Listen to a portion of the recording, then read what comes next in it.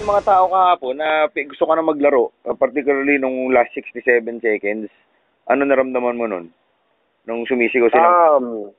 Hindi. Siyempre, meron talagang gusto ko talagang maglaro. Pero, naki-Coach Alvin yun dahil ayokong masira yung game plan niya Kasi siyempre, as a coach, alam niya, nakapasok niya na sa isip kung anong mangyayari dun sa game. Kung sino man ma-found out, ganito, ganyan, sino ipapasok niya. So, sabi ko sa kanya, Coach, don't worry about me. Pero alam ko, kasi sabi ko sa kanya, kung ganun katulad yung game nung natalo kami, kung ganun yung game namin, gusto ko na pumasok na ganun para...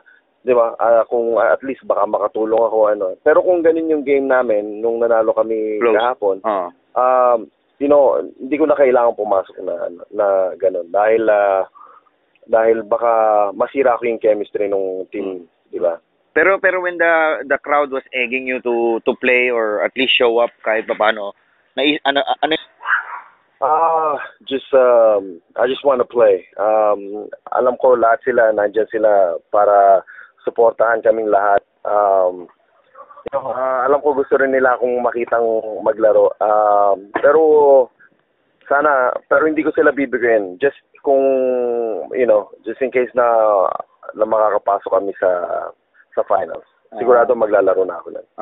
So you felt sorry din pala kagabi, boss, na hindi mo sila napagbigyan, Kasi syempre. So it's a choice. Hindi naman kasi nasa na talagang mahirap mahirap akong ipasok na gano'n na sitwasyon diba? So it's a choice between yung personal glory mo tsaka dun sa team I'll sacrifice whatever it takes.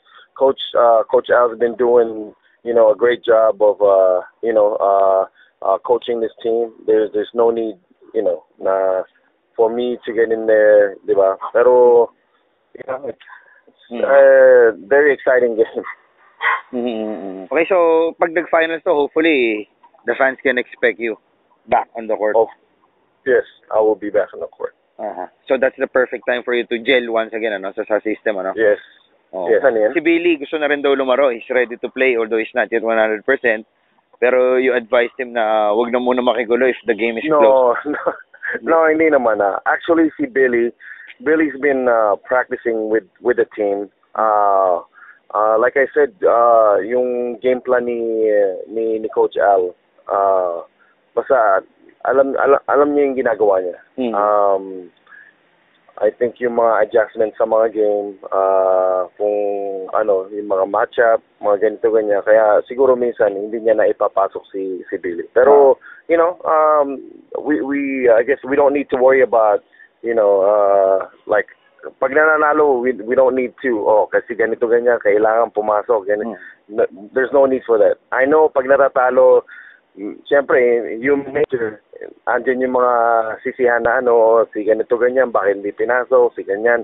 Dapat, siyempre, lahat nagiging coach pag natalo So, pag nanalo naman, kung paano yung nanalo ka, that way. Kung ano yung ginawa mo, ngayon, if hindi nag-work yung ginagawa, then then siguro dun niya gagamitin yung ibang players. So ganun lang talaga So magaling si Coach Al sa ganyan. Spin.